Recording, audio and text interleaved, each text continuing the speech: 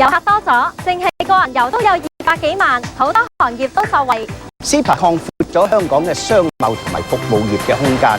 過去嗰幾個月，即使唔計服務行業，已經有1000幾項零關稅嘅申請，總值4億幾元。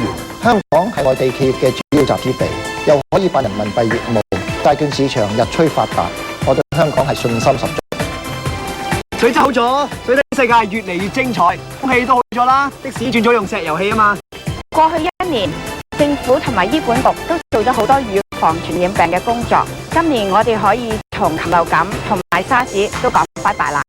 人才嘅培育係非常之緊要嘅。今年政府投資咗600億喺教育呢方面，比8年前增加咗1半。政府亦都積極推動培訓同埋就業。